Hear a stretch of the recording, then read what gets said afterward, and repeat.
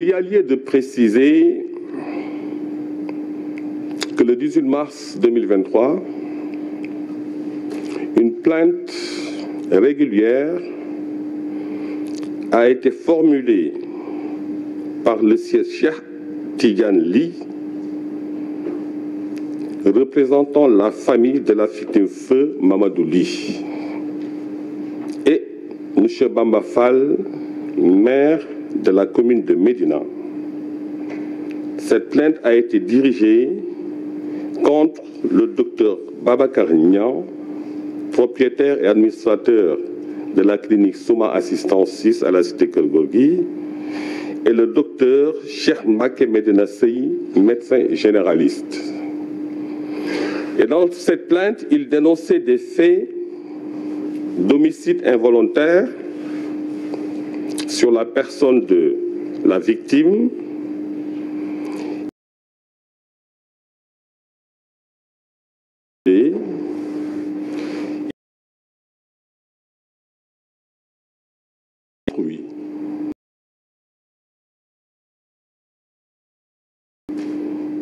qui est né le 21 mai 1989 et qui exerçait la profession d'agent municipal au niveau de la mairie.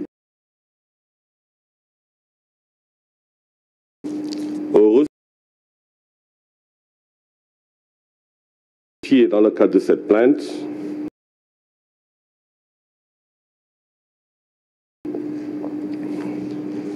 et donc dans le cadre de cette enquête, les représentants du plaignant, le plaignant a été entendu, notamment le siège Cheikh Tidiane Ly, Mamadou Ly, le maire Bamba Fall lui-même, signataire de la plainte en tant qu'employeur de l'agent municipal. Des faits susceptibles des graves généralistes. Plainte régulière. Cheikh Mbacké Medina Sey, médecin généraliste. Des témoins ont été entendus, Sey, et l'impératif d'entendre le docteur Babacar Niang était justifié par les nécessités d'enquête. Parce qu'il faut le préciser, être mis en cause ne veut pas forcément dire être coupable.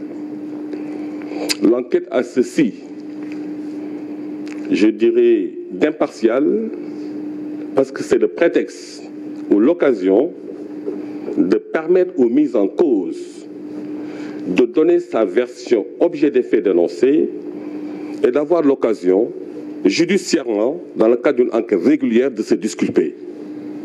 Donc vous noterez que coupable. Ce n'est pas que systématiquement une personne fait l'objet d'une plainte ou de poursuite d'audition dans le cadre d'une enquête préliminaire, que la conséquence évidente en a tiré, c'est qu'il fait l'objet d'un traitement pour quelque motif que ce soit. Donc je disais tantôt que la plainte a été déposée le 18 mars. Les enquêteurs de la sûreté urbaine ont pris sur eux de convoquer le docteur Babacar Niang. Ce dernier a exciper de son absence du ressort de la Cour d'appel de Dakar pour solliciter que son audition soit différée le lendemain, 19. Requête à laquelle les enquêteurs ont accédé. Niang a laissé entendre qu'il était en déplacement dans le Fouta, particulièrement dans le village de Médina Ndiagbé. Et invite lui a été encore fait de venir déférer à la convocation pour situer les responsabilités dans cette affaire.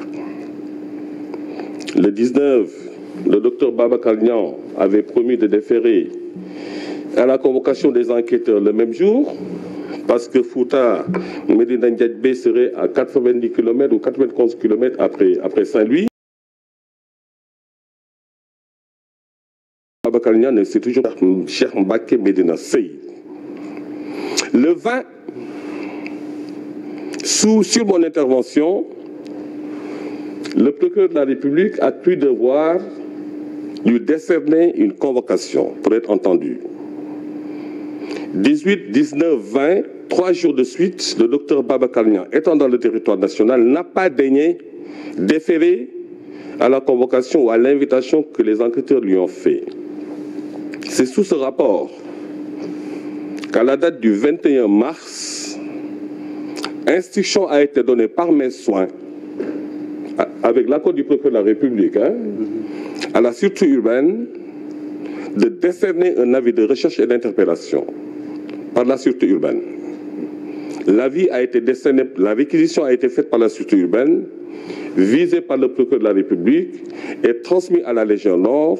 C'est ce qui a permis aux éléments de la brigade de recherche de la Légion Nord, donc Saint-Louis, d'aller l'interpeller à 91 km de Saint-Louis dans un village qui s'appelle Medina Ndiadbey.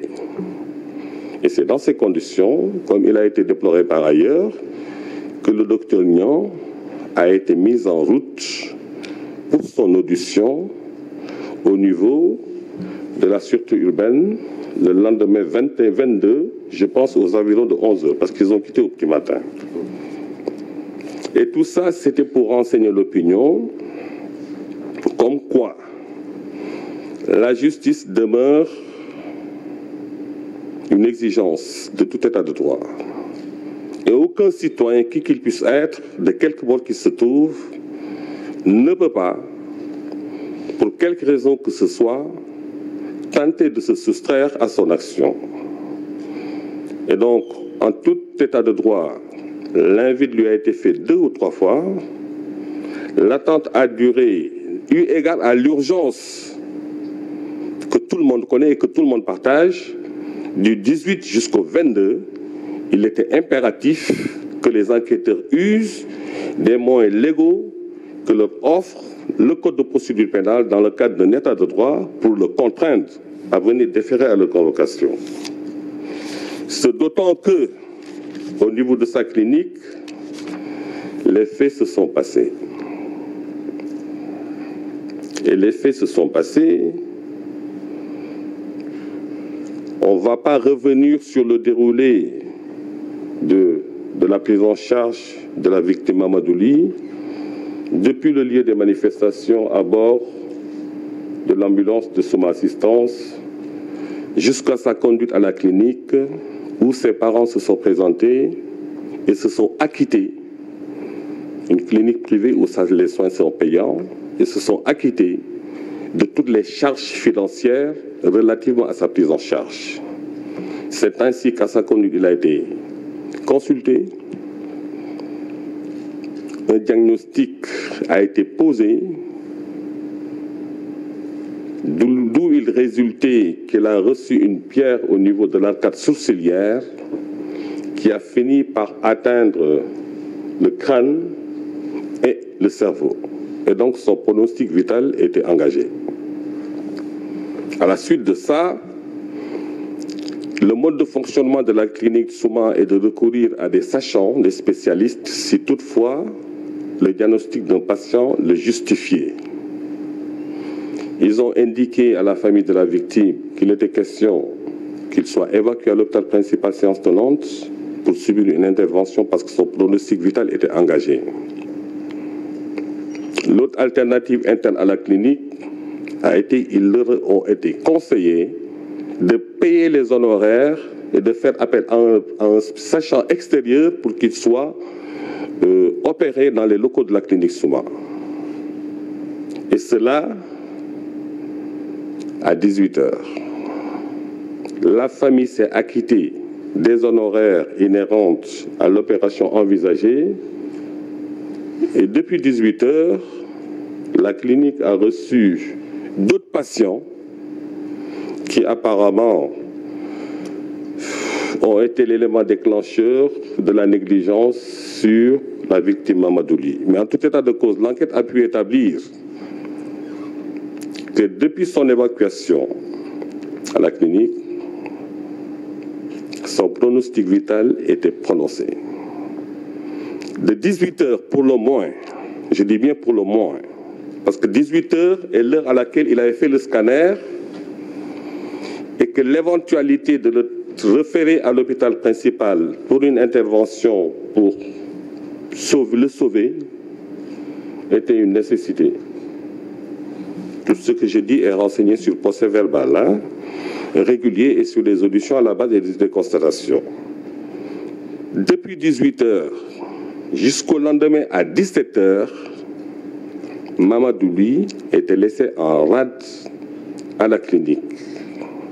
Il n'a été consulté par aucun médecin, il n'a été soulagé par aucun sage-femme, encore moins des aides-soignants. Se tordant de douleur, gémissant. Et c'est dans ces conditions que sa famille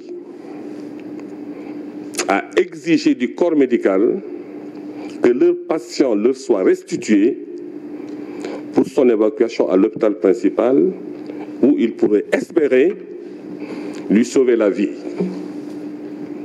Et c'est donc sur forte insistance de sa famille que Mamadou, lui, a été évacué à 17 h, 18 h le lendemain, soit à peu près de 24 h, en direction de l'hôpital principal où, arrivé, le corps médical n'a pu que constater son décès.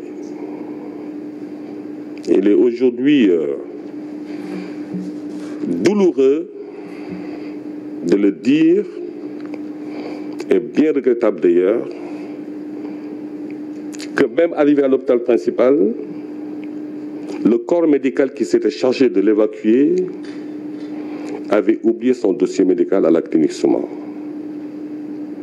Et donc, une urgence de premier ordre principale qui a été référée ne disposait pas de son dossier médical. Ce qui est absolument, pour dire le moins, incompréhensible. Et c'est à la faveur d'échanges par message WhatsApp, je dis bien, que son dossier médical, qui était oublié à la clinique Souma, est parvenu donc à l'hôpital principal.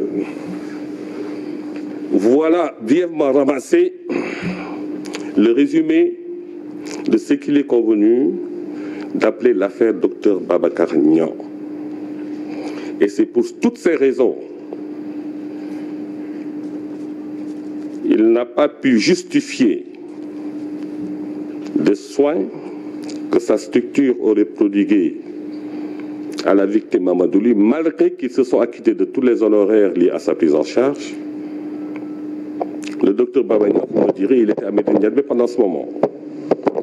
Comment peut-il avoir une quelconque responsabilité dans la mort de Mamadouli? Et ce qu'il faut savoir, c'est le mode de fonctionnement de la clinique. Toutes les décisions, je dis bien toutes les décisions en termes de priorité de prise en charge sont dictées par le docteur Babacar Niang qui en est l'administrateur. Et c'est donc au bénéfice de tout ça que des poursuites sont engagées et sous le respect des nécessités d'enquête, de la présomption d'innocence et du secret de l'enquête, je dirais, le secret de l'enquête et de l'instruction, je m'en tiens à ces considérations. Et c'est donc au bénéfice de tous ces éléments que le procureur de la République,